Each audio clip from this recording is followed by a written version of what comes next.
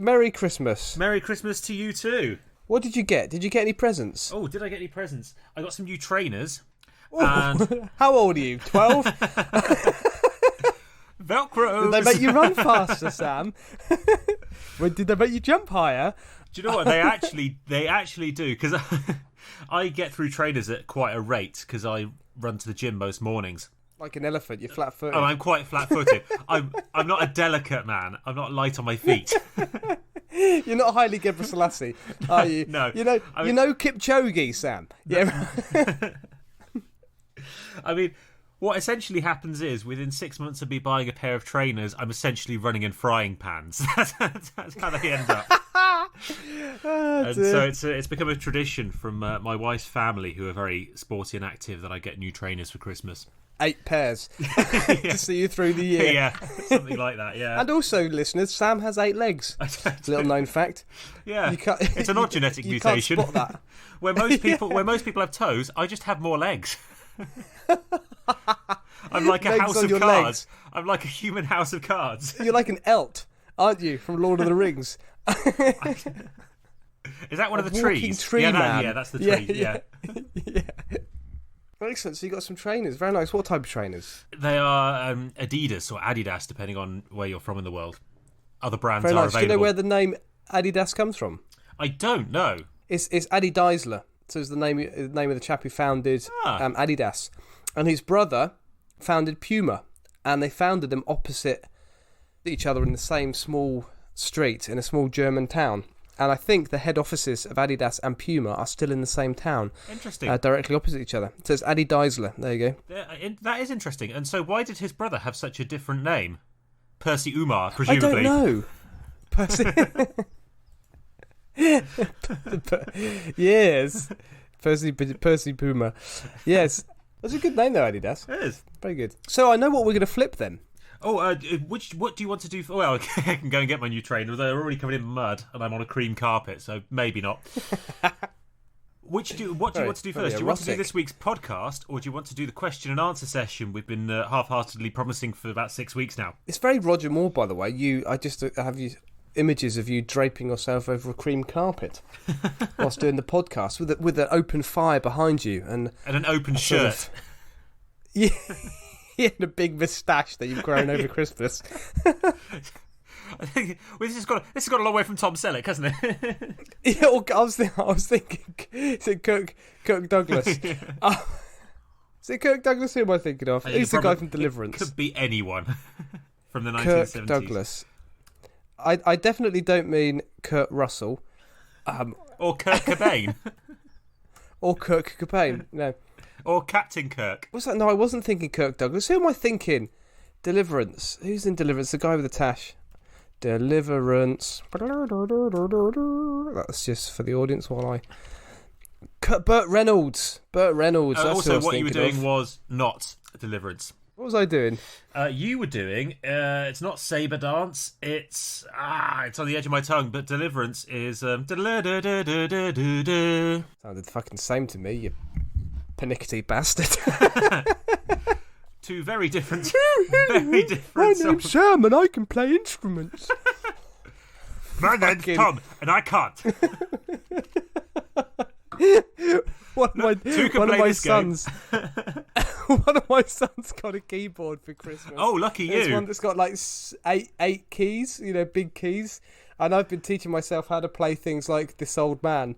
This old man, he done who? He played knick-knack on my shoe. So who is better at the keyboard, your 3-year-old son? My 3-year-old son jams. He's a good jammer. Is he? Yeah. He just jams. It's very, very jazzy what he plays. Freestyle. And occasionally you might hear the sirens from his toy fire engine going off as well. Very, very eclectic. Excellent. I like sorry, that. you asked a question a moment ago. Yes. Do you want to do the podcast first, or do you want to do the question and answer session first? I'm easy like a Sunday morning. Ooh, Sam. Good. Well, I tell you what. Let's do the question and answer session first. Let's get that out of the way with. Hello and welcome to a special episode of That Was Genius, in which we answer you, the audience's questions. We've had a few questions come in. We've been half-heartedly promising we'll do this for a month, 6 weeks now. So here it is. Thank you for sending in your questions. They are bizarre. There are some good ones. There are some very odd ones. We've endeavoured to answer all of them. I'm sorry if we have missed your questions, if you've hidden it somewhere and we've not seen it. You sent a carrier pigeon, whatever. Try and send them again if we don't answer them. Send them to thatwasgeniuscast@gmail.com and we will try and answer them in a future show. But we have a few to get through right now. If Tom has his notes ready. I have my notes ready. I'm ready to rumble. Excellent. Oh, that's what I also felt. If I turn my microphone upside down and say that, I am ready to rumble. There we go. Beautiful. So, Zach Holt has asked, you guys mention 90s shows all the time. What's your favourite? What's you favourite, Tom? What's me favourite? Yeah. I had a good think about this, Sam, and I did enjoy a number of shows, but I've narrowed it down to, first and foremost, The Fast Show. Ooh, suits you, sir. I've put top of the list, absolutely. For listeners, The Fast Show, I don't think The Fast Show went particularly global, even though I would rate it. I know, I would rate it as probably the best British sketch show ever. So I reckon it's better than Monty Python. And Little Britain was quite popular, wasn't it, globally? Yeah, I never liked Little Britain. No, I was never a big fan. The Fast Show's got more depth and more variety, and it's just a bit cleverer than Little Britain. I thought Little Britain's got some good catchphrases, but it was kind of a poor man's Fast Show. So the Fast Show ran between 1994 and 1997, and it was well known for being a very fast and very silly sketch show. So lots of different sketches with lots of catchphrases. I went through all of the regular cast of the Fast Show online and had a look to see if anyone would remember any of them. The only one I can think of who people might know is Mark Williams, who plays Arthur Weasley in the Harry Potter films. And he's done quite a few other things as well, because he's actually a very good actor. So he's done a number of Hollywood films, I think, Arthur Weasley, including The Borrowers. I think he might have been in The Borrowers back in the late 90s. So he's a very well-known actor. And it's just like lots and lots and lots of silly catchphrases that have well and truly made it into everyday language in the UK. Things like Scorchio. Yep. Sam said suits you, sir, a moment ago.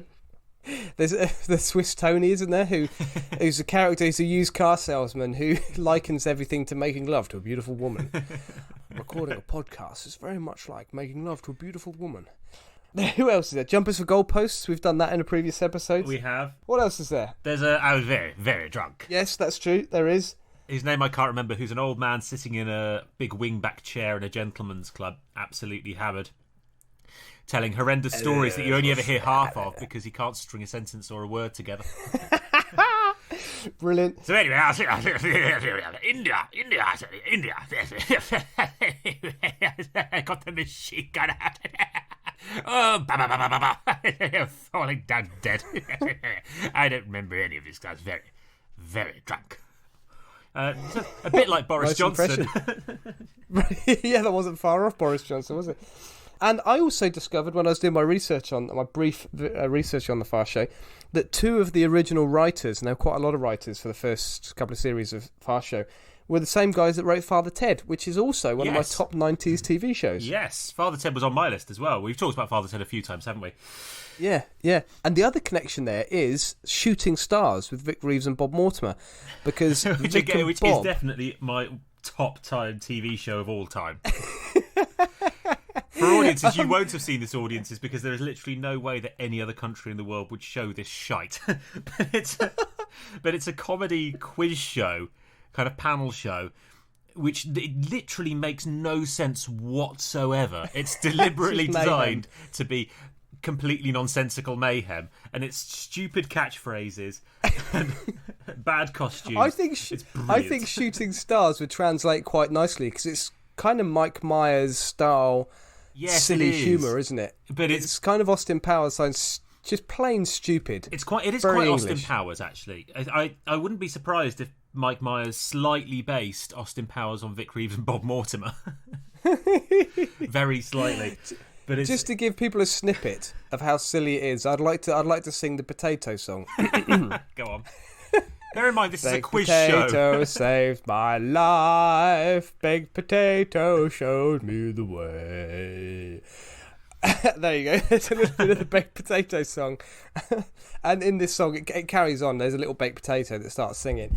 It's very odd. Sorry, so they were my suggestions. The prizes were always very good as well. I remember one episode, and the competition to win the prize, there was one final competition, which was for the winning team to try and get a set of false teeth up a stepladder using only a teaspoon. I remember one the prize that they won was the Bible printed on Rivita flatbreads. Bear in mind as well, the contestants are celebrities. Yeah, quite well known ones occasionally as well. There was one prize that I've always remembered, which was the muesli enhancement kit, which was a packet of Cocoa Pops.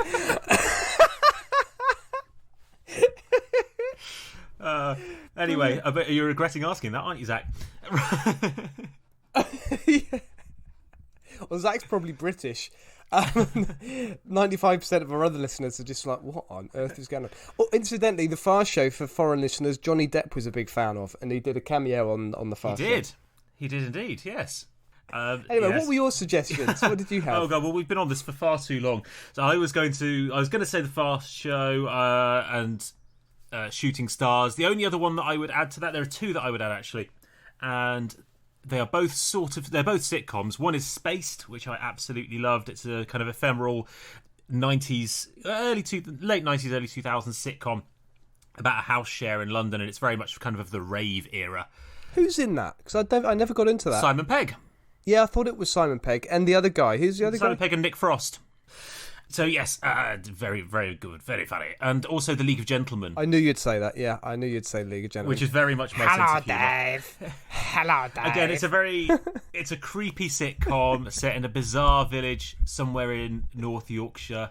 Very dark. Very, very called dark. Royston Vasey, which is, I think, the real name of Roy Chubby Brown, possibly? That's right. That is definitely right. Who's a very, very working class, vulgar comedian from the UK. Yeah. Very racist. So, some things very funny, some things truly offensive. Yes. Is that type of comedian. Very old fashioned English comedian. Welcome to our podcast. Right. So, Zach's also asked, Sam, what's your favourite story Tom's done? And Tom, what's your favourite story Sam's done? No idea, Zach. I don't listen. I tune out, to be honest. No, I think it's going to be the rejected dwarf names for me. Oh, this was Snow White and the Seven Dwarfs. There were 50 rejected dwarf names, and Tom listed them all. Yeah, including Burpee and what was one of them? Dirty Dumpy was a particularly funny one. Dirty Dumpy, Sexy, Slutty. Syphilitic. There was I liked episode 9, which was 2 false legs and a ruined bakery. That's the first episode that really had me in stitches with the Mexican general Santa Ana. Yeah. And then the other one that I both of his legs that came to mind immediately was episode 30, just primarily because of the title of the episode, which is Attack of the Burping Lecherous Bum Otters, which is my favourite episode title out of all the ones that we've done. And that was the Kappa, wasn't it? That was the Japanese folklore creatures. Yeah, that was very look funny. A bit like otters and live in rivers and stick their hands up your bum to try and steal your soul. That was a good discovery. That was a very, very good discovery. Incidentally, thank you so much to our fan, Stephanie, who has been on this podcast before, actually, who lives in Japan and has sent us an amazing Japanese selection box of sweets and goodies for Christmas. Absolute star.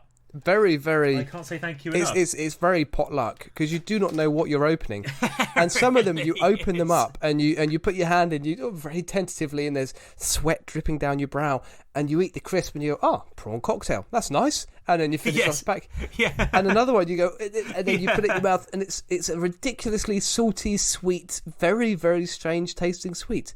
Yeah, I like it because, when you eat a certain flavour of things, sometimes your tongue prepares for it. So if you eat vinegar, you can kind of, you know that you're going to eat vinegar, so your mouth salivates a bit beforehand.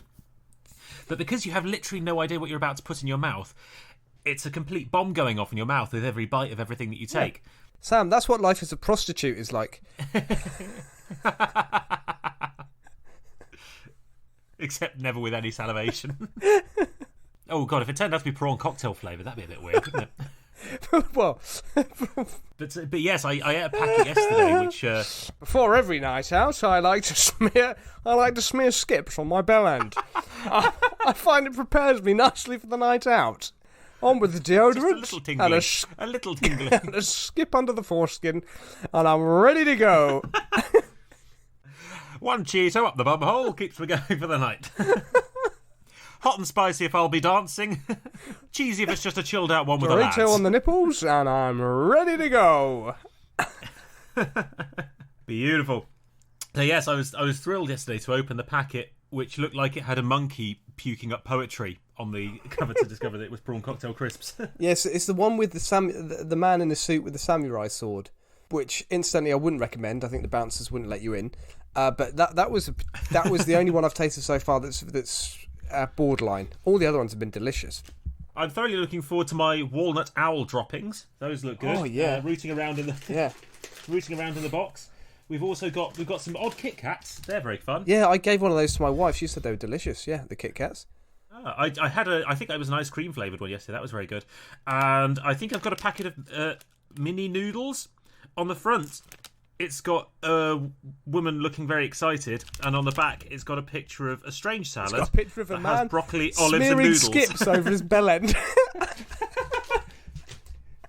In Japan, Tom, there's a porn for that. So yes, thank you, Stephanie. That's absolutely amazing. Yeah, and no pressure to other listeners either. Other listeners. We do have a list. We have you all listed, and we do promote you and demote you according to your behaviour. He's making a list, he's checking it twice, he's going to find out who's naughty or nice, and it's a gross invasion of privacy and GDPR guidelines. Bjorn Met asked, what was your favourite genocide in history? Odd question, Bjorn, or is that too touchy coming from a German? Yes. Maybe more like, what's your favourite reason for a genocide in history? That's not a better question, Bjorn. Bjorn sounds like the sort of person who finds dead baby jokes funny. Even when everyone else around him on Christmas Eve is thinking it's probably not the right moment. At the baptism. He also did rather amusingly point out that our German accents sound like a gay Kermit, which is surprisingly accurate. Really is. Yeah, when I broke it down, it really does, doesn't it? Yeah. And so if any of our other listeners have noticed that our accents are very bad accents, generally very bad accents, sound like anything particular, then please do let us know. I'll be very interested. He also spotted that I say over to you, Sam, too much. You only really say it once an episode. I do say it pretty much every episode. I thought absolutely is a word that I use too much, but he clearly hadn't picked up on that. But yes, thank you, Bjorn. That made me say giggle. Anyway a lot. I realise I say anyway. Oh, do you? Yeah. It could be a drinking game. That could be the New Year's drinking game for listeners. Every time Sam says anyway, and I say absolutely, you take a sip. Sorry. I just took a drink as well. There we go. Yeah. So we're playing the game. Yeah. 3 fingers. Up the bum. Oh man, drink your drink that way. Anyway, you have to pull a Cheeto out first. Right. Anyway, in answer to your question, Bjorn, I'm going to cheat my way around it, and I'm going to say the Emu War is my favourite genocide of all time. If I had to pick one, I'd rather not have, but I'm going to have to. So it's the Emu War of 1932, in which Australia declared war against its emu population and lost. Did it? Despite having soldiers and machine guns. The emus have got long necks, and they're very fast. They have got long necks, and they are very fast. So yes, the Emu War, in which one machine gun platoon set out to destroy Australia's population of emus, and they wasted over 2,500 rounds of machine gun ammunition in the first week of the war, and killed only 50 birds. What were the emus doing of the wrong? Thousands they tried to aim at. You know what Australia's like with animal problems. You introduce bullfrogs, they've got a bullfrog problem. You introduce rabbits, they've got a rabbit problem. You introduce camels, they've got a camel problem. You introduce emus, they've got an emu problem. Were they getting offended? In fact, were they getting offended that all these emus were doing bad impressions of Rod Hull? That is far too niche to make the final cut. Sorry, carry on. Puppetry jokes. Jesus. Right. Between 50 and 200 birds were killed in the Emu War in an attempt to wipe out the Australian emu population. There you go. In fact, good. The Australian Army even tried to use what are called dum-dum bullets, which are bullets which are hollow points, as they call them now, which kind of explode on impact. Oh, what would you like me to do? Oh, all right. Oh, you want me to? Okay, I'll go in the bullet and the pistol. Yeah, okay. Why are you doing a Kermit impression? I was being a dum-dum bullet. Dum-dum. Yes, I got that eventually. In fact, there's a great quote from one of the Australian troops, Major Meredith, who compared the emus to Zulus and and complimented the emus on their striking ability to manoeuvre and move, even when badly injured. And he said, if we had a military division with the bullet-carrying capacity of these birds, it would face any army in the world. They can face machine guns with the invulnerability of tanks. The invulnerability like Zulus. of tanks. These bloody Zulus. Why? Right. Oh, right, you're doing Michael Caine. Okay. I'm going to make this as difficult for you as possible to edit this episode. I'm not editing this. This is going out as is. This is raw. Uncut. Do you know what? I'm leaving this raw so that the audience can see what I have to deal with on a weekly fucking and basis. And that person who said, I want to listen to the extended version, really regrets ever asking that question. Yeah, that's what you're Rod getting. Holt, it took me ages to work out who the fuck he was. Rod Holt is a puppeteer, by the way, from the 70s. This is how niche Tom goes. Is a puppeteer from the 70s who used to have an emu puppet. There we go. That was the connection. Was it worth it? No. No. My favourite joke is one of my favourite jokes for a long time, though. Moving swiftly on. Well, you finished? It's emus, yeah, okay. I've finished. I came across quite an interesting one, actually. I started looking into genocides, and funnily enough, I hadn't actually listed them in order of which one was my most favourite. So I came across one, which was the 1763 siege of Fort Pitt, which was part of the Pontiac Wars. In the Pontiac Wars, a confederacy of Native American tribes attempted to drive out the British from certain areas of North America. And I'm no expert in this, but my understanding is that the impact of the European colonisation on the Americas has been, by some historians, categorised as a genocide. For someone who said, I'm by no means an expert on this, you went on to sound very much like an expert on this. I'm quite impressed. Thank you very much. But that's not the end of it. So what was interesting about it is it's one of the first recorded instances of kind of germ warfare. So at the siege of Fort Pitt, the British gave gifts to the Native American emissaries before fighting broke out that had been taken from a smallpox infirmary. Oh, God. With the obvious intention of trying to spread smallpox through these Native American tribes, which of course we know that Western diseases were incredibly destructive right across the Americas, north and south. So when these Native American inhabitants looked at something and saw, oh, a hanky from a 2-year-old, so thank you very much. Yes. Oh, what is this? Thank you very much. Thank you for that sock. Yeah, for a smelly sock. Awfully kind of you. Thank you very much. So yeah, that was the siege of Fort Pitt. An odd selection of gifts. Also, the British would have had to be carrying them around with them as well. So surely the British just gave themselves. Well, yeah, unless they were dressed in like almost spacesuits, Birdman costumes, plague doctors. Yeah, so they were just fully covered up. The Native Americans were thinking, this is a very strange outfit that the British are wearing. I've never seen the British wearing this outfit before. As they handed over with sort of metre-long prongs these gifts. Yes, on a stick. Vroom, vroom, vroom. Like something from Chernobyl. Yeah, I mean, I wouldn't say that would be one of my favourite genocides, but it's a very interesting genocide. Bizarrely, I don't have any favourites, because all genocides are really quite repulsive. It was like the slavery episode we did, where I just realised... love all your genocides the same. Yeah, they're equally as unpleasant. Much like my children. Wow. So moving on. So yeah, that was me. There you have it, Sam. The next question was from Zippy674, who asked, do you remember the moment your love for history was sparked? At least another 673 Zippies. There you have it. Yeah. Do you reckon they go to Zippy? That's a very Adam Buxton joke. Do you reckon they go to Zippy conferences? Bungle not invited. Not after that incident. Not after the Epstein affair. What? What? Okay, yeah, when was your love for history sparked, Sam? This more innocent times, Tom. More innocent times. So when I was growing up, I grew up in Birmingham, and there was an old guy who lived a few doors down from us who was in his 80s. And this is Birmingham, so that was about 3 metres away. Yeah. He lived in the cellar next door, along with 5 other families. They worked on the canals, and yeah, yeah.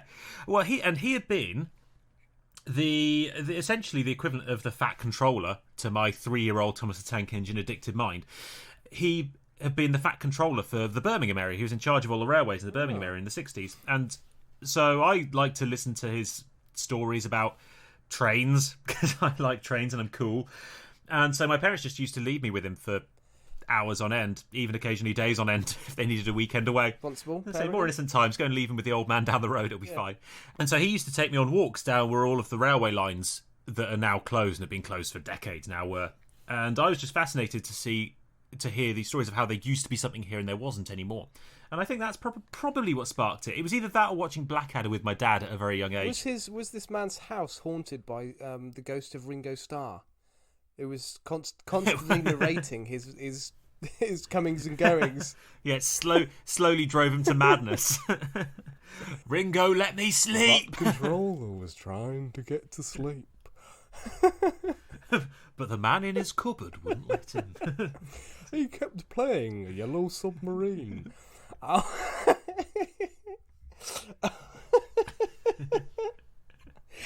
Oh dear. We go down some very weird avenues. Yeah, so I originally read this message. I actually misread this message and thought the chap had asked when our love for each other was sparked, which couldn't be any further from the truth. Yes, in the sense that it wasn't sparked, it was a slow burner that's evolved over time into a deep and meaningful love. It was like an Australian wildfire with the background smell of burning koalas.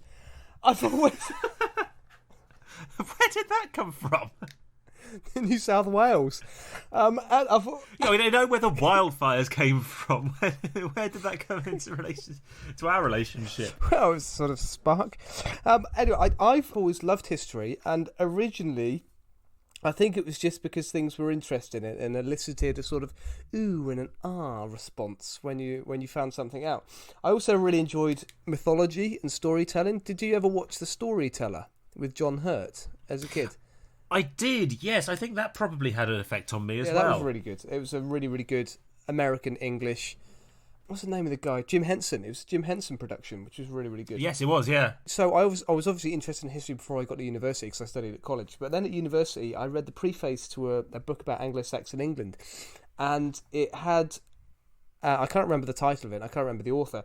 But it had a beautiful sentence that summed up why you study history brilliantly, which was something along the lines of... We learn through our experiences, and history supplements our experiences with those of lots of other people's experiences. That's why history is a humanities subject, isn't it? It's because it's the study of humans, and the study of humans is a study of you and I, the study of us. And so to know history improves your knowledge of yourself. And I'm incredibly self-involved and narcissistic, and I like studying myself. So there you go. Good. And what about our relationship, Tom? When did your spark for me? To answer that, we first met at sixth form college, didn't we? We sat next to each other in history class, and I remember you turning up smelling a little bit of horse poo because you'd been up since 6 a.m. Shoveling it from the knocking out horses. Yeah. Yeah. Did you just say knocking off horses? That's about right. That's not what I said, but thank you for going there. Yeah, I thought you looked at your hair was a bit spiky. Something about Mary-esque. Something about red rum. Yeah. We met when we were in, it would be high school or college in America, wouldn't it? We were 17 years old before we went to university. What's your favourite topic or era, Tom? So I can tell you what I'm not so bothered about. I'm not so bothered about sort of East Asian history for some reason. It just Fantastic. doesn't That's resonate. The exact opposite of the question. Brilliant. Yeah, it doesn't resonate with me, but I really like European stuff. So I really like... I'm probably, if I were to have to narrow it down, I would go to the era in late medieval Europe where the Europeans were exploring the globe and finding out heaps more. Not only were they exploring the globe, Sam, they were exploring science, because it was kind of the Renaissance, wasn't it? And prior to the period of mass colonisation, so I've never really studied in depth much early modern history. But I do like the late medieval period of exploration. I think that's fascinating. I really like the Cold War. Yeah, partly because I could have predicted that. Yeah, there's so much happening all of the time. There's so much intrigue, there's so much technological advance, there's so much rumour flying around, you've got the drama of spies, and also I really like the fact that it's in living memory, so you can still talk to people about it. It still very much forms our society and part of it. So I find that absolutely fascinating. I like history that you can live and you can walk through. And for that reason, I love First and Second World War history as well. I love German history. Really, really interesting stuff. Definitely. What else have we got? Why does Britain have 2 separate taps? That's an easy answer. 1 for yes, 2 for no. And the safe word is baboon. Because by that point, your arse is red. Red raw. God. This is a classic question that people ask, isn't it? Why does I've Britain never heard this one before. Have you not? Oh, Americans I love knew this Americans. question. Yeah, I knew Americans thought English people all had bad teeth. But that changed in about the 90s. Not for me, it didn't. Have you still got bad teeth? I've still got slightly bad teeth, yeah. They're okay. I've not got any fillings or anything, but they're just slightly Bowie. Misaligned on the bottom. Yeah, slightly David Bowie. I've got funky teeth. And different coloured eyes.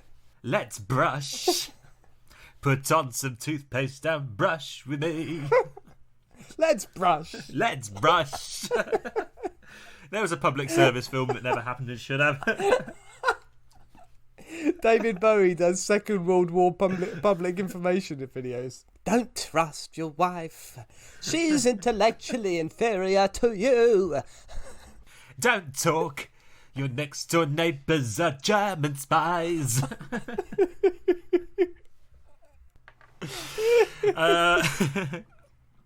Vaguely back to the question. This is the last question as well, I think. So, in Britain, we have 2 taps. We have a hot tap and a cold tap, and the rest of the world can't, for the life of them. To be honest, when we think about it in Britain, we can't work it out either. Why we have 2 taps? Because you end up with one that's absolutely freezing cold and one that's scalding hot. So you can't actually wash your hands. You have to put both taps on and flit your hands between the 2 taps really fast, and it makes an awful lot of mess and is not a very good system.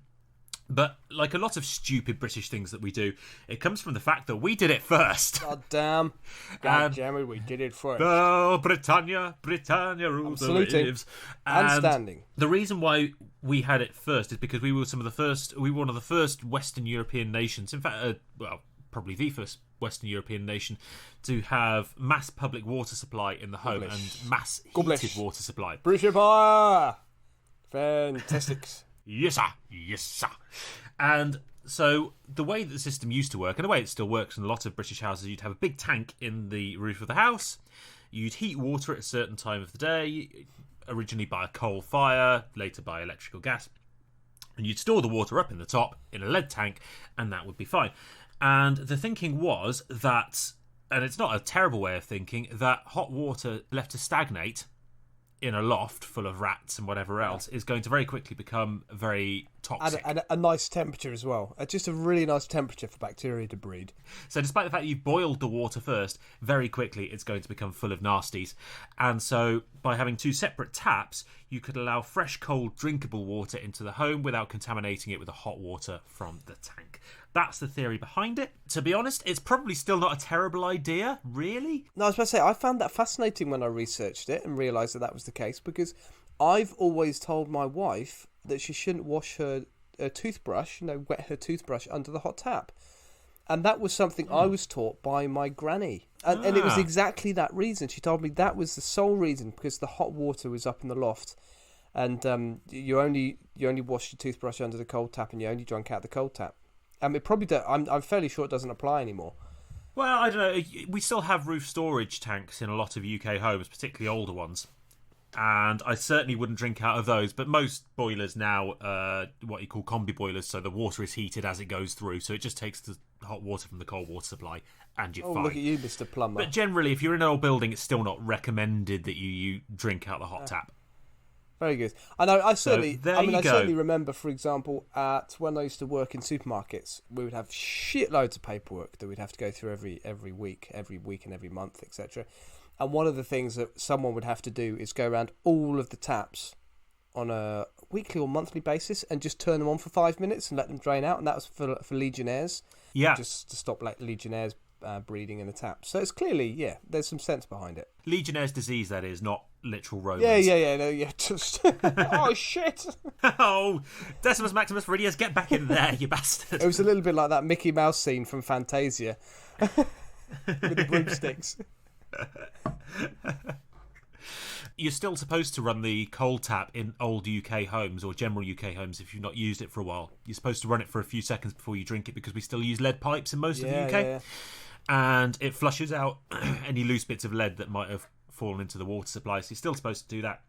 That doesn't really explain why we still have two separate taps rather than one tap that just mixes the hot and the cold water. But I think it's just tradition. Yeah, I think you're right. And most sinks in British styles are now made with two holes for taps, so we still use two taps. It is nonsense, and it's a really unpleasant way of trying to wash your hands. It's weird, isn't it? Because I'd never realised it was something people thought was funny about the UK, and then when I thought about it, I thought, well, yeah, I suppose we do, don't we? Yeah, that and our massive plugs.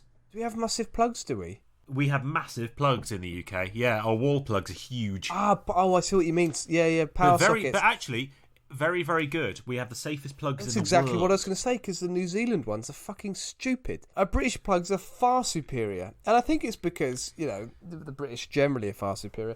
But yeah, these colonials, they have very strange very strange systems. We sent out our second-rate two-prong plugs to the rest of the world whilst we kept the good shit at home. The two-prong ones are not so bad, and when they don't have an earth, do they? But the New Zealand ones have got an earth as well, so they're three-prong, but they're just really thin, so they bend really easily. British plug is a wonderful thing, Sam. It's a beautiful thing to behold. In fact, I've got a tear coming to my eye just thinking about them. I tell you what, if a British plug brings a tear to your eye thinking about it, though, it'll certainly bring one to your eye when you step on one. Jesus, there is no pain quite like stepping on an upturned British plug. In fact, I need to Google this now. There's even a word for caltrop effect. There you go. Caltrop effect. It's called the caltrop effect. It's the effect of the prongy end of the plug always being upturned. Fuck off. And I think it's also why toast always lands buttery side down if you drop it. Oh, yeah, okay. There you go. Right, that's all your audience questions. Thank you very much. We've had a bit of audience, other communications, haven't we, from the audience, which I thought has been quite amusing. Oh, yes, Punching Humphrey. Punching Humphrey, that was a good one. That was the top bloke from New South Wales, wasn't it? That was our bloke in New South Wales. Chris from New South Wales. Hello, Chris. Yes, who emailed us. He was listening back to one of our old episodes. I think it must have been Australia Week where we talked about punching Humphrey. And there was Who Punched Humphrey, which is when someone farts. Yeah, it's Australian slang for farting, isn't it? No, not really. I think it's one Australian slang for farting that I've given to the whole nation, the whole continent. The whole incontinent. Who Punched Humphrey? The only reason that was funny, Sam, is it involved poo and farting. Yeah. There's no other relevance. That's where I was going. I mean, I wasn't really going anywhere. Yes. So what did he say, Tom? You've got it up in front of you. No, I haven't. I wrote it in my notes. Oh, okay, go on. I think he explained, Humphrey was in an advert or something, and Humphrey was a character that was teaching children to go to the toilet and do a poo. And then I heard he sent this message to us, and I thought, yes, that's what this chap who I trained told me. He told me that Who Punched Humphrey is, that's what you say when someone's farted, because it's like punching the guy, the big teddy, that's telling kids how to poo, teaching kids how to poo. So yeah, good work, Chris. That was excellent work. Fantastic. Thank you, Chris, for explaining the origins of that beautiful phrase. I think the other one I wanted to ask was Trinavana Hawkins again. She's a regular communicator. I think she set herself up to send us a video of her singing Viagra in the Water. So I think we need that, Trinavana, I can't remember.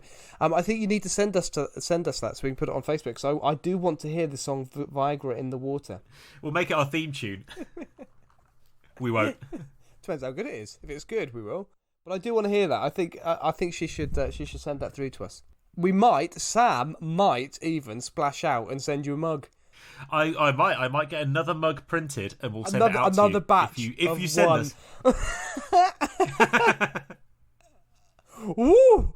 The factory's working overtime. Shit, we've got an order. Oh yeah, I've just woken up the one guy in his shed who prints mugs for me. He's got dust all over him. It's been a hard Christmas at the mug factory. But yes, if you do us a recording, and we'll send you a mug. There we go. That seems fair, doesn't it? You're public shaming for our entertainment. I would record me singing a silly song for my youth for a mug. I would definitely do it. Sounds like a good deal. Right, and on that note, I think that wraps up the question and answer session, doesn't it? Thank you so much for your questions. Send us more and we'll try and answer them in regular episodes. We'll save them up and do another of these in 6 months' time. Why not? Content is content. We hope you've had a fantastic Christmas, you're having a brilliant New Year, and do stick around because we've got a regular episode of That Was Genius that we're recording right now, and will probably pop up at roughly this time. So this is going to be an epic recording. Oh, this is going to be a marathon, isn't it? If you do have any questions, do get in touch with us. You can find us on Instagram, Facebook and Twitter. Just search for That Was Genius and you should find us. Or you can email us thatwasgeniuscast@gmail.com. I think we're also going to be setting up a mailing list possibly at some point in the future. Clever. So do keep an eye out for that on our website, thatwasgeniuspodcast.com. And we will see you again right about now. With the Font Soul Brother. Check it out now. The Font Soul.